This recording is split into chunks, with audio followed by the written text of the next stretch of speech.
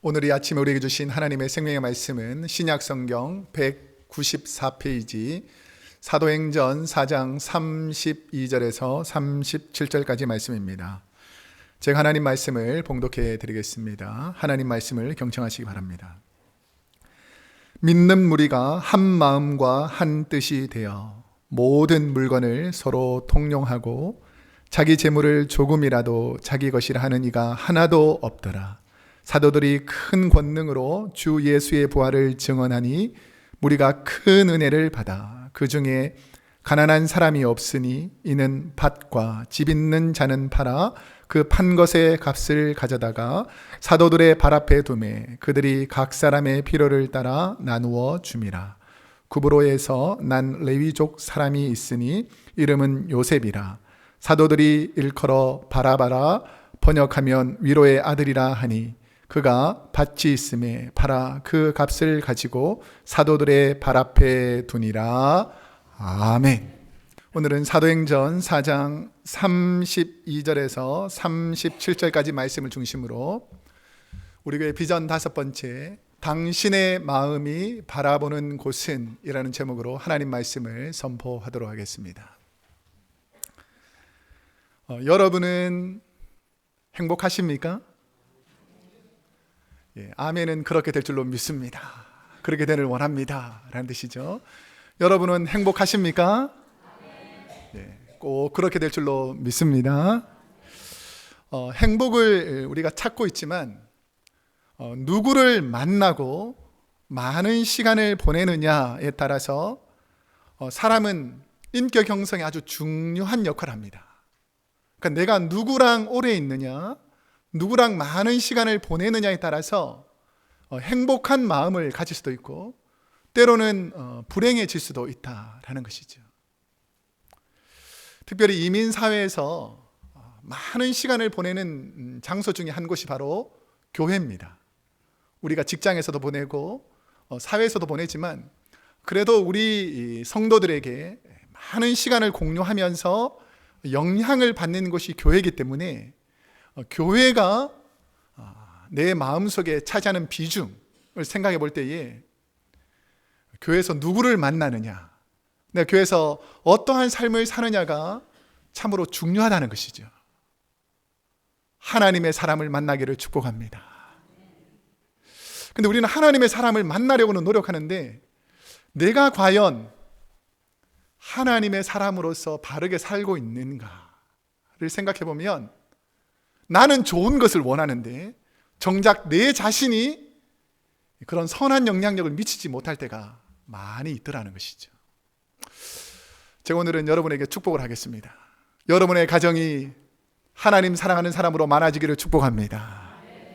우리 교회가 하나님 사랑하고 서로 사랑하는 사람들로 많아지기를 축복합니다. 그런 의미에서 우리 옆 사람 손을 잡고 주님의 이름으로 사랑합니다 한번 하겠습니다. 시작. 주님의 이름으로 사랑합니다. 예, 사랑하는 사람들이 많아져야 된다는 것이죠.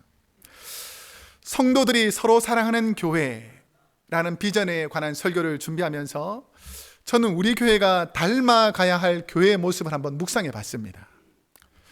마음과 뜻과 정성을 다하여 하나님을 사랑하는 교회, 하나님을 사랑하는 사람들이 그와 똑같은 마음으로 내 이웃을 서로 사랑하는 교회. 그러면 그런 교회는 어디에 있을까를 묵상하면서 하나님께서 저에게 주신 귀한 말씀은 성령님이 역사하시는 초대 교회의 모습이었습니다. 그러니까 하나님을 사랑하고 내 형제를, 내 이웃을 내 몸처럼 사랑하는 교회의 모습이 있더라는 것이죠. 성령님을 통해서 이 땅에 예수님께서 탄생하셨습니다. 이와 마찬가지로 성령님의 임재가 임하는 것이 바로 교회입니다. 그래서 교회의 모든 태동과 설립과 전도와 모든 일들의 중심이 되는 분은 바로 교회의 역사의 중심이 바로 성령님이라는 것이죠. 그래서 교회의 사역은 성령의 사역이다라고 말할 수 있습니다. 그처럼 교회의 역사를 가장 잘 기록해 놓은 것이 성경에는 사도행전입니다. 사도행전. 성령님께서 어떻게 교회에서 역사하셨는지를 많은 사도들이 그 복음의 역사들을 기록해 놓은 것이 사도행전인데 이 사도행전을 또 다른 말로 성령행전이라고 부르는 이유는 교회의 역사 속에 성령님이 빠지고서는 전혀 설명이 되지 않는 많은 기적들이 일어나더라는 것이죠. 눈 멀어서 보지 못하던 이런 사람들이 갑자기 눈이 밝아지고, 걷지 못하던 사람들이 갑자기 걷기 시작하고, 귀신 들려서 고통당하는 사람들이 자유함을 누리고, 심지어 죽었던 사람이 다시 살아나는 많은 일들을 어떻게 설명할 것인가 라고 설명했을 때에 성령이 역사하더라는 것이죠. 오늘 우리 교회에, 여러분의 가정에 성령이 역사하기를 축복합니다. 그러면 성경에서 교회라는 단어가 처음 시작된 그런 계기가 되는 교회라는 말을 처음 하신 분이 있습니다. 혹시 누군지 아십니까? 예수님입니다. 예수님께서 교회라는 단어를 성경에서 처음 시작하는데, 예수님께서 베드로에게 반석 위에다가 예수님이 원하시는 교회를 세우시겠다, 내가 앞으로 세워질 교회는 베드로 너의 반석 위에다 세울 텐데 내가 원하는 교회의 모습은 이런 교회다 라고 말씀하시면서 예수님께서 말씀하신 것이 마태복음 16장 18절입니다. 우리 한번 함께 주님이 세우시기 원하셨던 교회를 한번 읽어보겠습니다. 시작. 또 내가 내게 이르노니 너는 베드로라. 내가 이 반석 위에 내 교회를 세우리니 음부의 권세가 이기지 못하리라. 어떤 교회를 세우겠다고요? 자세히 보세요. 내 교회. 내 교회를 다른 말로 말하면 누구의 교회죠? 주님의 교회라는 것이죠. 이걸 또 바꿔 말하면 주님의 영이 통치하는 성령님이 인도하는 교회를 세워나가겠다는 것입니다. 교회는 소수의 무리들이 직권적으로 다스리는 교회가 되어서는 안 되고, 내가 주인 되어서 다스리는 교회가 되어서도 안 되고, 교회는 주님이 주인 되어서 통치하는 곳이 바로 주님의 교회라는 것입니다. 그러면 우리가 오늘 말씀을 통해서 예수님께서 베드로를 통해서 교회를 세우시겠다라고 약속하신 그 교회가 드디어 베드로를 중심으로 예루살렘 교회가 생기기 시작합니다. 그러면서 베드로가 주님의 약속의 말씀을 듣고 예루살렘에 있는 성도들에게 담대하게 복음을 전합니다. 그러니까 사도행전 2장에 예수를 믿고 세례를 받았던 사람들이 3,000명이나 되었다라고 사도행전 2장에서 성령의 역사를 기록합니다. 그리고 3장 후반부와 4장 초반부에 또 예수님께서 주신 그 생명의 능력을 가지고 베드로가 또 설교를 합니다. 그랬을 때에 예수를 믿은 남자의 수만 5,000명이 될 정도로 엄청나게 많은 성도들이 내적 변화와 함께 숫자적인 영적인 성숙이 일어나기 시작합니다. 자, 이랬을 때에 베드로의 설교를 들은 예루살렘 교회의 성도님들에게 지금까지 보지 못했던 새로운 눈들이 뜨여지기 시작합니다. 자, 그러면 베드로를 통해서 초대교회 성도님들이 말씀을 듣고 나서 누가 보이기 시작했는가? 오늘 본문 32절 말씀을 한번 읽어보겠습니다. 시작. 믿는 무리가 한 마음과 한 뜻이 되어 모든 물건을 서로 통용하고 자기 재물을 조금이라도 자기 것이라 하는 이가 하나도 없었더라. 얼마나 없었다고요? 하나도 없었다는 거예요. 신기하죠? 사도행전 4장 32절에서 5장 11절의 주제는 초대교회에 일어났던 성령의 현상을 말씀하면서 성도들이 어떻게 살았는지를 말씀해 줍니다. 갑자기 성도들이 베드로의 말씀, 하나님의 말씀을 듣고 나서 자신의 재산과 소유를 팔아서 이때까지 보지 못했던 가난하고 소외된 사람들이 교회 안에 있다는 것이 보이기 시작합니다. 이전에 회당에서 유대의 지도자의 말을 들을 때는 그냥 나는 잘 먹고 잘 사는 사람, 나는 부유한 사람, 나와 어울리는 사람, 이런 것만 보였는데 성령이 초대교회에 임하고 하나님의 말씀이 내 안에 임하니까 주위에 연약한 분들이 보이기 시작하더라는 것이죠. 자, 이런 말씀이 베드로에게 임한 말씀이 어디에서 시작되었는가를 살펴보면 신명기 15장에는 안식년, 희년이라는 제도가 있습니다. 안식년, 희년. 자, 2절에서 11절 말씀에 보면 가난하여서 자신의 땅을 판 사람에게 안식년은 몇 년마다 오죠? 7년. 그러니까 6년 동안 열심히 일했던 사람이 7년째 되면 일하는 사람들도 좀 쉬게 하고 땅도 좀 쉬게 하고 이렇게 쉴 수 있는 안식년을 줬습니다. 그러니까 안식년을 7번 지냈다. 그럼 몇 년이 지난 거죠? 안식년이 7번 지났다. 49년이죠. 그러니까 49년이 지난 그 다음 큰 안식년이라 그래서 희년을 선포했습니다. 희년. 그러니까 희년을 선포하게 되는데 이 희년은 우리 기쁘다라는 희자 있잖아요. 희년을 선포하는데 2절에서 11절, 그러니까 신명기 15장 2절에서 11절에 보면 이스라엘 백성들이 가나안 땅으로 들어올 때에 이 신명기를 모세가 설교하지 않습니까? 그랬을 때 애굽에 살 때 이스라엘 백성들은 어떻게 살았죠? 종으로 노예로 살았습니다.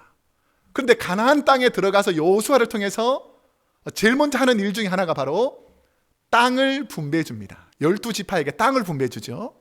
그랬을 때에 사람이 살다 보니까 가난하니까 자기 땅을 팔기도 하고 사기도 하고 이런 일이 벌어지는데 어떤 일이 벌어지냐면 돈을 많이 가진 사람은 땅을 많이 차지하고 어렵고 힘든 사람들은 자꾸 땅을 팔아가지고 살다 보니까 땅이 없어지는 거예요. 자, 그랬을 때에 49년이 딱 지나서 50년째가 딱 되면 이 땅의 원래 주인에게 다 돌려주는 제도가 희년 제도입니다. 자, 그러니까 아무리 가난하고 힘든 사람이라 할지라도 50년째 되는 희년에는 소망이 있다는 것입니다. 어떤 일이 벌어지죠? 잃었던 땅을 다시 다 회복하는 것입니다. 또 두 번째 12절부터 18절에는 또 어떤 일이 일어나냐면 땅을 다 팔아도 가난한 사람들 있지 않습니까?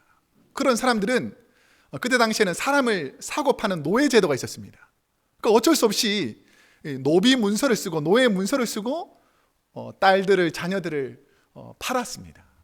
그랬는데 내가 노예로 살더라도 아무리 고난스럽게 힘들게 살았더라도 이 안식년이 7번 지난 희년이 되면 노예 문서를 다 소각하고 그 사람들에게 자유와 해방을 주는 거예요. 그러니까 희년이 있으니까 지금은 좀 힘들어도 참고 견디면 언젠가는 소망의 날이 온다라는 것이 바로 희년의 제도입니다. 자, 이런 말들이 구약에서는 있었는데 초대교회를 비롯해서 그 전까지는 그런 일들이 전혀 일어나지 않는 거예요. 나만 잘 먹고 잘 살면 되지. 내가 부유하니까 연약한 자들은 보이지 않았던 시대입니다. 그런데 베드로의 설교에서 하나님의 뜻을 깨달은 성도들이 자신들 주위에 가난하고 연약한 성도들이 보이기 시작합니다. 그래서 성령님이 그들의 생각을 한 마음 한 뜻 되게 만들어 주셨어요. 그러면서 서로가 다른 경험과 생각을 가졌던 사람들의 마음속에 하나님의 말씀이 하니까 그래, 하나님께서 우리 교회 공동체 안에 준 이 연약한 분들을 도와보자. 우리 한번 신명기 그 희년 제도로 돌아가서 우리 교회 안에는 아무도 한 사람도 힘들고 어려운 사람이 없도록 우리가 한번 힘을 써보자 라고 하면서 자발적으로 생긴 현상이 뭐냐면 내 것을 내 것으로 생각하지 않고 하나님께 드려서 연약한 이웃들이 그 혜택을 누리는 상황들이 벌어지게 되었다는 것이죠. 제가 교회에서 이렇게 성도님들을 보다 보면 자신의 것과 남의 것을 구별하지 못하고 남의 것이라고 좀 노골적으로 말씀드리면 교회의 물건이라고 막 쓰는 분이 있습니다. 그러니까 에어컨 히터 얼마나 빵빵하게 트는지 모릅니다. 제가 늘 낮추고 끄고 막 불도 막 켜놓고 부엌에 가보면 제가 찔리라고 하는 얘기는 아니고 찔리는 분 들으세요. 저 음식을 다 먹을 수 있을까 할 정도로 막 엄청나게 담습니다. 근데 나중에 보면 다 드시지 못하고 쓰레기통에 들어갈 때 보면 얼마나 안타까운지 말이야. 남의 것을 귀하게 생각할 수 있는 마음이 있기를 축복합니다. 그런데 그보다 더 나쁜 게 있어요. 자기만 생각하는 사람. 남은 전혀 고려하지 않고 나만 먹으면 된다는 거죠. 만약 과일이 10개 있으면 10명 있으면 몇 개를 먹어야 되죠? 한 개씩 먹거나 나는 안 먹어야 다른 사람이 더 많이 먹죠. 근데 꼭 그걸 2개, 3개 챙겨가지고 자기만 생각하는 사람들이 있을까요? 없을까요? 없으면 좋겠지만 있더라는 것입니다. 그러니까 교회 안에서도 이런 현상들이 자꾸 일어나는데 성령이 충만하고 하나님의 말씀이 다 충만하니까 오늘 본문에 보니까 연약한 사람이 있다 그랬습니까? 없다 그랬습니까? 하나도 없다는 거예요. 하나도. 이런 일들이 일어나더라는 거예요. 저는 우리 교회도 그런 날이 일어날 줄로 믿습니다. 한마음 한뜻이 되었을 때 초대교회에 어떤 현상이 일어나는가? 34절 말씀 우리 한번 읽어보겠습니다. 시작. 그 중에 가난한 사람이 없으니 이는 밭과 집 있는 자는 팔아 그 판 것의 값을 가져다가. 그러니까 그 중에 가난한 사람이 없어져 버리더라는 거예요. 말씀을 듣고 하나님의 사람들이 헌신하니까 어려움을 겪던 사람들이 사라지기 시작하더라는 것입니다. 한마음 한뜻의 의미는 신명기서의 말씀으로 다시 되돌아가 보면 온 정성을 다해서 삶을 들여 연약한 자를 돕는다는 것입니다. 성도님들은 자신의 생활 태도를 짓는 인격 중심에 연약한 사람, 자신보다 부족한 사람들을 바라보는 사랑의 동기가 시작되더라는 거예요. 나만을 바라보지 않고 나보다 연약한 그 사람들을 바라보는 것이 마음의 중심이 되더라는 것입니다. 그러면 저와 여러분이 연약한 분들, 가난한 분들을 도우려는 성령님이 주시는 한마음 한뜻이 생겼을 때에 그 마음을 따르지 못하도록 빼앗아가는 것들도 있다는 것입니다. 내가 하나님께 말씀을 듣고 선한 마음을 품었는데 내가 생각을 하면서 자꾸 마음이 바뀌어지게 하는 그런 정체가 있다는 거예요. 오늘 우리가 읽었던 이 4장 마지막 절 다음 5장 1절부터 시작되는 새로운 스토리가 우리가 잘 아는 아나니아와 삽비라에 관한 스토리입니다. 어려운 이웃을 위해 자신의 땅을 팔아서 교회에 드리려던 처음 마음이 빼앗기고 죄를 짓는 그 결과가 얼마나 심각한지를 말해주는 것이죠. 자, 아나니아하고 삽비라도 초대교회 하나님 말씀을 들었습니다. 그렇다 보니까 성령이 임해가지고 그렇지, 연약한 사람을 도와야 되겠다, 나도 하나님의 사랑으로 도와야 되겠다라는 마음이 생겼어요. 이건 성령님이 주시는 마음이죠. 그런데 땅을 딱 팔아서 자기 앞에 지금 뭐가 있습니까? 돈이 있는 거예요. 돈을 보니까 성령님의 마음이 약간 사라졌어요. 그런 다음에 뭐가 들어왔을까요? 욕심이 들어왔어요. 욕심. 성경이 말하는 것은 사탄이 주는 마음, 죄의 마음이 생겼습니다. 그러니까 어떻게 하죠?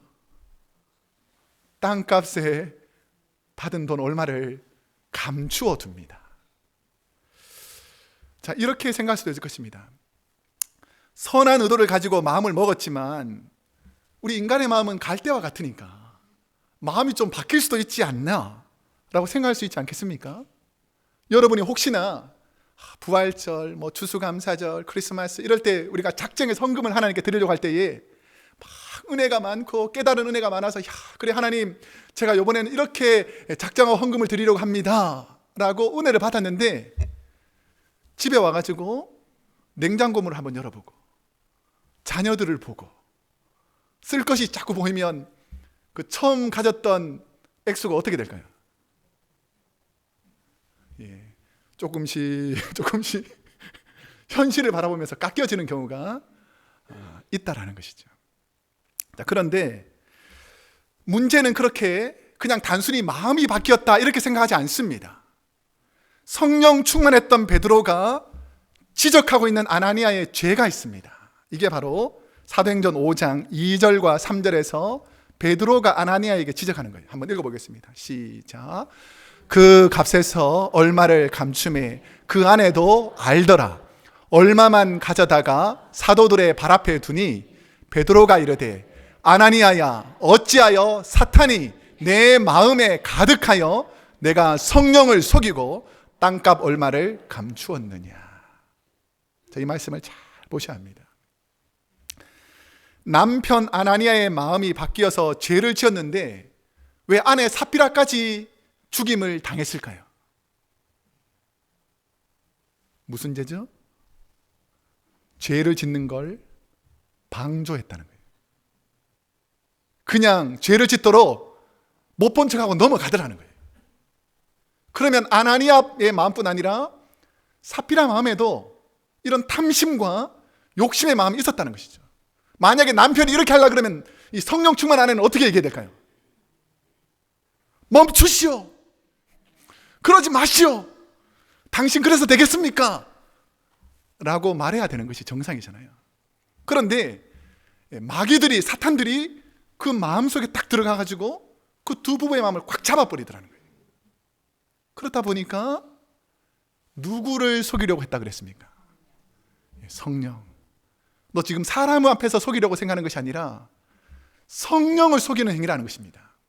우리는 단순하게 내 마음속에 뭐 그럴 수도 있지라고 하는 그 생각이 성령의 마음을 빼앗아가는 것이 바로 사탄이 우리를 유혹하는 아주 위험한 일이다라고 말씀으로 경고하고 있다는 것이죠. 그러면 왜 그런 사탄의 속임수에 넘어가게 되었을까? 우리 야고보서 4장 7절 말씀을 한번 읽어보겠습니다. 시작. 그런즉 너희는 하나님께 복종할지어다. 마귀를 대적하라. 그리하면 너희를 피하리라. 아멘. 누구의 말씀을 순종하라고요? 하나님께 순종하라. 그래, 하나님께 순종하려고 하는데 내 마음은 하나님께 순종하는 그 성령의 충만함이 있었는데 내가 환경을 바라보고 사람을 바라보면서 욕심, 탐심이 생길 수 있다는 거예요. 누구든지 마귀가 우리를 유혹할 수 있습니다. 마귀는 얼마나 대단한 인간이 아니죠. 얼마나 못된 놈이냐면 예수님까지 찾아와가지고 유혹해서 넘어뜨리려고 하는 이런 악한 존재입니다. 그러니까 우리는 당연히 공격하겠죠. 그랬을 때에 우리가 결정해야 되는 부분이 있다는 것입니다. 누구의 말씀에 순종하라고요? 하나님의 말씀에 복종하고 마귀는 어떻게 하라고요? 대적해내라는 거예요. 내가 나사렛 예수의 이름으로 명하노니 내게서 떠나가라. 약한 생각아 떠나가라 라고 대적해내라 라는 것입니다. 저와 여러분이 하나님의 말씀에 복종하는 훈련, 말씀 앞에 철저히 살려고 하지 않으면 마귀는 언제든지 우리 마음에 찾아와서 속이고, 우리 아담과 하와의 스토리를 보면 잘 아시겠지만 하나님 말씀에 순종했을 때에 아담과 하와에게 주어진 곳이 어디였죠? 에덴 동산이었습니다. 아무 문제가 없고 하나님께서 다 지켜주시고 보호해 주시는 곳이었어요. 근데 마귀의 유혹에 넘어가서 죄를 짓는 순간부터 이들은 어떻게 됩니까? 자신들이 누리던 모든 것을 마귀를 통해서 다 빼앗겨 버립니다. 하나님께서 여러분에게 복 주시기를 원하십니다. 근데 그 복을 마귀의 유혹 때문에 빼앗기지 않기를 축복합니다. 하나님께서 여러분에게 복이 임하도록 축복을 허락한 많은 것들을 마귀들은 우리를 유혹해서 다 빼앗아 가려고 하는데, 초대교회 성도님들은 왜 흔들리지 않았는가? 하나님의 말씀, 진리의 말씀이 그들에게 임하니까 흔들리지 않더라는 거예요. 아무리 마귀가 유혹해도 하나님의 영이 내 안에 충만하니까 흔들리지 않더라는 것입니다. 우리 요한일서 3장 8절, 우리 죄의 뿌리를 한번 살펴보겠습니다. 시작. 죄를 짓는 자는 마귀에게 속하나니 마귀는 처음부터 범죄함이라. 하나님의 아들이 나타나신 것은 마귀의 일을 멸하려 하심이라. 아멘. 저와 여러분이 하나님의 말씀에 불순종하게 하고 죄를 짓게 되는 동기, 그 기쁜 뿌리에는 마귀의 유혹에 늘 우리를 넘어뜨리려 하는 그 마음이 있다는 것을 기억하시고, 그런 마음에서 성령 충만한 마음으로 돌아서기를 축복합니다. 그러면 초대교회 성도님들이 죄를 멀리하고 서로 사랑하는 중심에는 누가 있었는가? 초대교회 성도님들이 성령 충만하고 하나님 뜻대로 사는데 아주 중심이 되는 인물들을 소개합니다. 오늘 본문 33절과 35절, 우리 한 절씩 따로 읽겠습니다. 33절 시작. 사도들이 큰 권능으로 주 예수의 부활을 증언하니 무리가 그 은혜를 받아. 우리 35절 읽어보겠습니다. 시작. 사도들의 발 앞에 두매 그들이 각 사람의 필요를 따라 나누어 줌이라. 자, 이 두 구절을 말씀을 봤을 때 공통적으로 나오는 분들이 있죠. 누구죠? 사도들이죠. 사도들. 오늘날의 교회도 마찬가지지만 초대교회 성도님들의 마음을 하나로 묶는데, 서로 사랑하는데 중요한 역할을 한 분을 성령이 충만한 사도들, 오늘날 말하면 설교자들이라고 말합니다. 바꿔 말하면 말씀을 전하는 리더들, 목장에는 목자들, 가정에는 가정에서 복음을 전해서 가정에 영향력을 미치는 사람들, 이런 사람들의 역할이 아주 중요하다라는 것입니다. 왜 그런가? 그 당시 이스라엘 백성들의 문화와 정치의 중심, 그러니까 오랫동안 수천 년 동안 내려오던 유대인들의 전통이 있습니다. 유대교. 그러니까 그때 당시에는 로마가 이스라엘을 정복하고 있었기 때문에 로마 사람들이 이스라엘 백성들을 잘 통치하기 위해서 깨달은 것이 뭐냐면, 유대인들은 철저히 유대교 사상이 중심이 되어 있기 때문에 유대 대제사장, 서기관, 장로들, 이런 힘 있는 사람들과 아주 가깝게 밀착해서 반란을 일으키는 사람들을 미리 무마하는 데에 로마 지도자들, 관료들은 유대 종교 지도자들을 이용했습니다. 자, 그런데 유대 종교자들에게 힘을 실어줄 때에, 그 어렵고 힘든 상황 속에서 베드로가 초대교회를 태동시킬 때에 그 베드로의 삶이 바뀌는 한 장면이 등장합니다. 이게 바로 사도행전 4장 5절에서 7절. 유대 지도자들 앞에서 베드로가 어떻게 반응하느냐가 나오는데, 우리 한번 함께 읽어보겠습니다. 사도행전 4장 5절에서 7절 시작. 이튿날 관리들과 장로들과 서기관들이 예루살렘에 모였는데, 대제사장 안나스와 가야바와 요한과 알렉산더와 및 대제사장의 문중이 다 참여하여 사도들을 가운데 세우고 묻되, 너희가 무슨 권세와 누구의 이름으로 이 일을 행하였느냐? 갑자기 예루살렘에 베드로와 12사도가 막 활동하면서 수천 명의 사람들이 유대교를 따르지 않고 기독교로 막 전향하고 있는 이 상황입니다. 그러다 보니까 이 종교적으로 위급하다라는 것을 깨달은 이 유대 종교 지도자들이 12사도들을 다 자기 회당으로 불러 모읍니다. 그랬을 때에 이전에 베드로 같았으면 어떻게 했을까요? 과거 자신들 앞에서 주님의 제자인 것을 숨기고 두려워 떨면서 예수님을 부인하던 그런 베드로는 온데간데 없고, 담대하게 그 유대 지도자들을 대항해서 자신들의 복음이 옳다라고 막 증언하기 시작합니다. 초대교회 성도님들을 하나로 묶은 힘의 근원, 베드로와 요한을 비롯해서 12사도들이 전한 은혜의 말씀, 초대교회를 서로 사랑하게 한 그 리더십의 중심이 어디에 있었는가? 부족한 목회자인 저는 베드로와 초대교회 설교자의 그 담대함, 두려워하지 않고 하나님의 말씀을 전하는 그 힘의 근원을 살펴보게 되었습니다. 그러니까 이 교회 초대교회 리더들에게 일어나는 공통적인 특징을 하나 발견하게 됐습니다. 우리 한번 말씀으로 읽어보겠습니다. 사도행전 4장 8절 그리고 7장 55절 계속해서 읽겠는데, 우선 4장 8절 읽겠습니다. 시작. 이에 베드로가 성령이 충만하여 이르되, 다음에 사도행전 7장 55절 시작. 스데반이 성령이 충만하여 하늘을 우러러 주목하여 하나님의 영광과 및 예수께서 하나님 우편에 서신 것을 보고. 최초의 순교자 스데반이 순교할 때 하신 말씀이죠. 우리 계속해서 사도행전 11장 24절 시작. 바나바는 착한 사람이요 성령과 믿음이 충만한 사람이라. 이에 큰 무리가 주께 더하여 지더라. 오늘 본문에 나온 이 바나바에 대한 형적인데, 바나바에게도 이런 일이 일어났다는 것이죠. 사도행전 13장 9절, 우리가 잘 아는 사도 바울에 관한 것입니다. 읽어보겠습니다. 시작. 바울이라고 하는 사울이 성령이 충만하여 그를 주목하고. 자, 다 들진 않았지만 대표적인 네 분만 우선 들었습니다. 이분들에게 있는 공통적인 특징이 뭐죠? 성령의 충만함을 입은 사람이라는 것입니다.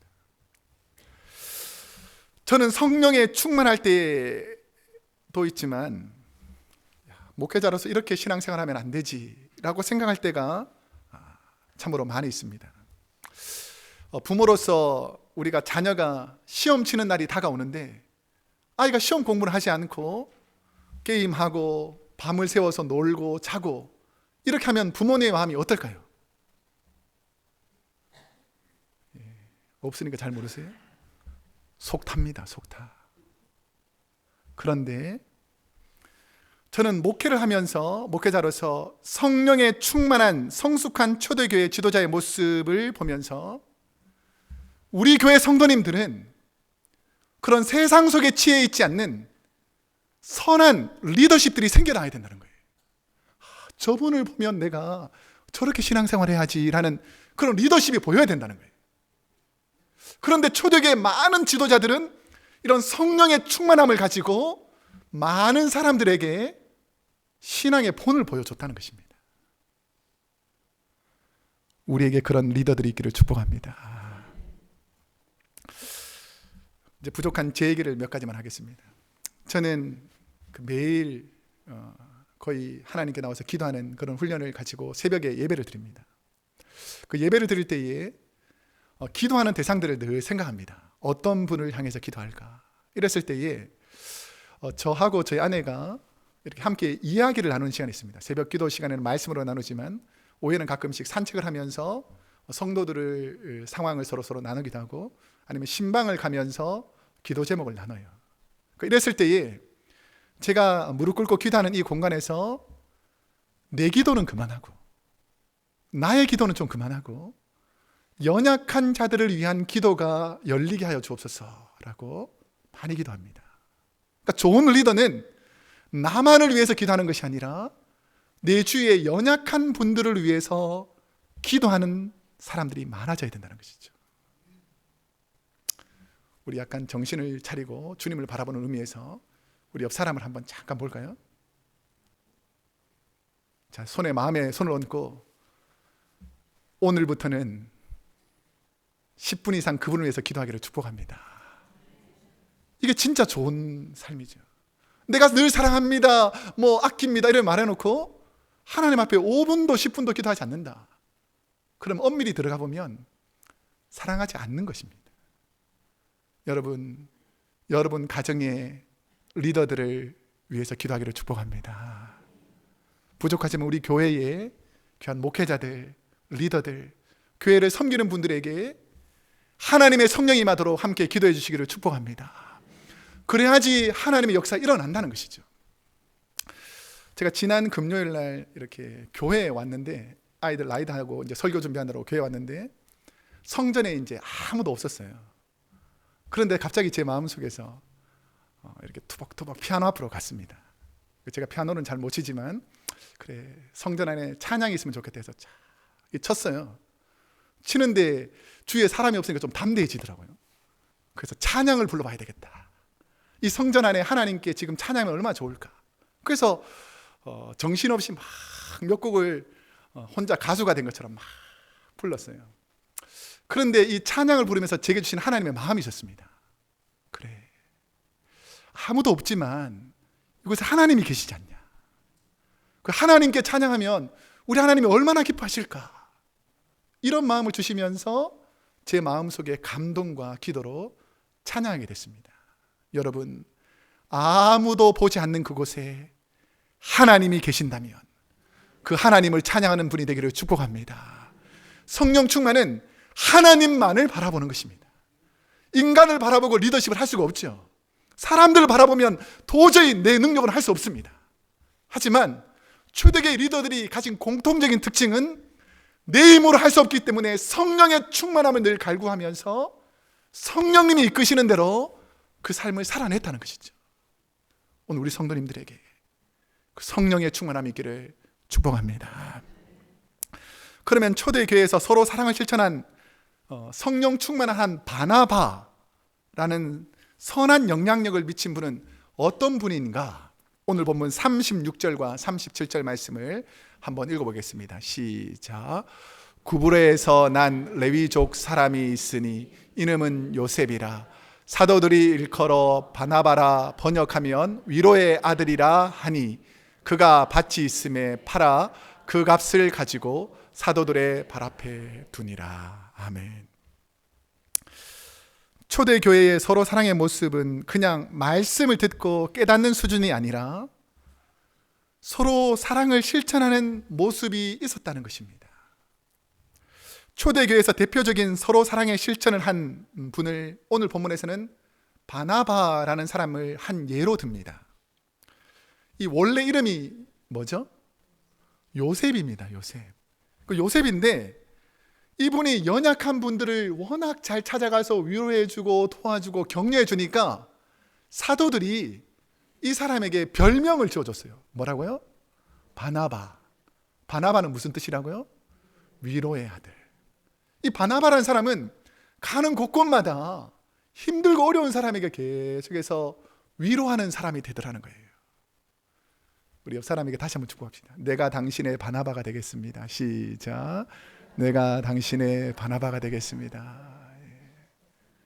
바나바, 바꿔 말하면 위로하는 사람입니다. 위로하는 사람. 성도들에게 왜 성령 충만이 임했는가? 하나님이 왜 임하는가? 이곳에 위로가 임하니까 하나님께서 나를 위로해 주신다라는 마음들이 생기기 시작한 것이죠. 바나바는 예루살렘에서 태어난 유대인이 아닌 구브로 섬, 그러니까 우리가 이스라엘 지도를 보면 지중해가 있지 않습니까? 그러니까 지중해, 이스라엘에서 가까운 지중해 동쪽의 작은 섬인 키프로스라는 섬에서 태어난 유대인. 오늘날로 말하면 우리 한국에서 이민 온 부모님 때문에 미국에서 태어난 이민 2세들 있지 않습니까? 이처럼 이 바나바는 유대인 이민 2세였습니다. 구브로에서 예루살렘에 핍박을 받고 어려움을 당했을 때 디아스포라가 돼서 많이 흩어졌지 않습니까? 그 흩어진 그 디아스포라의 한 자녀라는 거죠. 이민 2세. 그런데 예루살렘 교회 복음이 전해지고 성령의 능력이 임하면서 핍박 가운데 어려움이 있는, 그러니까 가난하고 힘든 사람들이 있다는 소식 때문에 이 바나바가 이 소식을 듣습니다. 듣고 어떻게 행동했느냐 하면, 바나바가 지금 무슨 지파 족속이죠? 레위 지파죠. 우리 가나안 땅 신명기서에서 우리가 정복할 때 보면, 여호수아서에서 정복할 때 보면 이 가나안 땅을 여호수아가 땅을 분배하는 일을 합니다. 그랬을 때에 요셉의 두 아들 에브라임과 므낫세에게 지파를 나누어 가지고 12지파로 만들고 레위 지파에게는 땅을 나눠주지 않았습니다. 그러니까 안식년 지년이 되어도 레위 지파에게는 땅이 돌아가지 않습니다. 그런데 오늘 본문에 보면 바나바가 어떻게 했다 그러죠? 자신의 땅을 팔아서 그 판값을 예루살렘 교회에 보냈잖아요. 그러면 어떤 상황이냐면, 이 바나바가 어려운 이민 생활을 하면서 이 구브로에 온 거예요. 구브로 섬에 왔는데, 우리로 따지면 이민을 와서 겨우겨우 읽어가지고 이제 집도 사고 땅을 사서 이제 막 영토를 그나마 좀 가지고 있는 거예요. 그런데 고국이 어렵다, 우리 저 북녘 땅과 대한민국에 지금 어려운 이웃들이 있다라는 것을 깨닫고 자기가 피땀 흘려 모았던 이 땅을 팔아가지고 그 연약한 사람을 위로하라고 줄 정도로 헌신적인 사람이었다는 거예요. 보통 헌신적인 사람이 아니고 대단한 헌신을 가지고 있었던 사람이라는 것을 알 수가 있습니다. 어려운 분들, 소외된 분들을 위로하는 주님의 마음, 왜 바나바를 예로 들었을까? 그런 서로 사랑함을 몸으로 실천하는 사람이 진짜 성령의 충만함을 받은 사람이다 라는 것을 가르쳐 주는 것이죠. 저는 설교를 마무리하면서 서로 사랑이라는 말씀 앞에 우리가 필요한 우리 성도님들을 위해 기도하면서 그분들의 모습이 떠올라 봤습니다. 우리 교회 안에도 어렵고 힘든 사람들이 많이 있습니다. 위로가 필요한 분이 많이 있어요. 그런데 진짜 하나님의 마음으로 기다리는지, 아니면 내 안에 원망과 불평으로 가득 차 있는지 우리 주님 보신다는 것이죠. 원망과 불평으로 가득 차 있을 때는 무슨 말을 해도 위로가 되지 않습니다. 그런데 내 마음이 하나님께로 집중되어 있으면, 내 마음이 성령으로 충만하면, 내 마음이 하나님께서 기뻐하는 마음으로 바뀌어져 있으면 그 말씀 한마디 한마디가 위로가 된다는 것이죠. 저는 이 목회를 하거나 이때까지 신앙생활을 하면서 잘해줄 때에 저를 도우신 분도 많이 있습니다. 참 감사하죠. 그런데 진짜 위로가 되는 것은 아무도 나를 도울 리 없을 때, 내가 진짜 힘들고 어려울 때에 나에게 와서 힘을 실어준 그분들이 진짜 위로자라는 것을 알게 되죠. 제가 이 설교를 마무리하면서 한 권의 책을 접하게 되었습니다. 그 책이 바로 김길 목사님이 쓰신 하나님의 인도하심을 믿고 달려온 길 증언이라는 책이었습니다. 제가 책의 내용을 읽고 만약 나에게 이런 일이 생긴다면 나는 견딜 수 있을까? 이런 생각을 하게 됐습니다. 참으로 이런 어려운 상황이 되면 내가 어떻게 견뎌나갈까라는 상황이었습니다. 이 목사님의 아버지, 목수였던 아버지는 큰형과 싸우고 그가 9살 때에 약을 먹고 자살해버렸습니다. 어머니는 아버지가 죽기 전부터 다른 외간 남자와 알고 지냈다는 이유로 형들이 어머니를 구타해서 어머니는 집을 나가버렸습니다. 넷째 형은 중학교 3학년 때 가출하고, 셋째 형은 큰형에게 맡긴 돈을 큰형이 다 썼다는 것을 알고 또 음독 자살, 약을 먹고 죽어버립니다. 둘째 형은 초등학교 3학년 때 가출하고, 누나는 초등학교 졸업하자 남자를 따라서 집을 떠나버렸습니다. 도저히 감당하기 힘든, 내 인생에는 왜 이런 일들만 벌어지는가? 나를 진짜 하나님이 사랑하기는 사랑하는가? 라는 그런 어려움을 갖고 어릴 적부터 신앙생활을 하기 시작했습니다. 그런 비참한 삶을 살던 그에게 군입대를 하면서 인생의 전환점이 생기게 됐습니다. 군종사병이 되어서 매일 새벽 기도를 하는 중에 하나님의 음성이 들리기 시작했습니다. 예레미야 33장 2절과 3절. 너는 내게 부르짖으라. 내가 내게 응답하겠고 내가 알지 못하는 크고 비밀한 것을 보여주겠다. 기라, 장차 내가 어떤 일을 할 건지 보여주고 싶은데 그 일이 너무 어려운 일이라 지금은 말해줄 수 없지만 내가 반드시 그 길을 보여주겠다라고 말을 합니다. 목회자가 되어서 성남에 있는 모란시장에서 안디옥 선교교회를 개척하고 성전을 옮겨야 할 정도로 성도들이 많이 부흥하고 있었습니다. 그런데 하나님께서 너를 위해 준비한 교회가 다 되었다.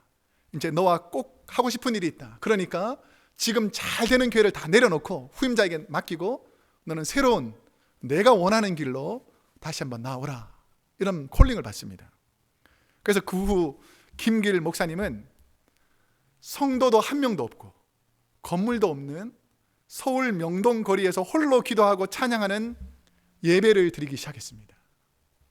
혼자 기도하고 예배하지만 결코 혼자라는 생각이 들지 않는 것은 하나님께서 그곳에 함께 하시기 때문입니다 라고 고백하더라는 것이죠.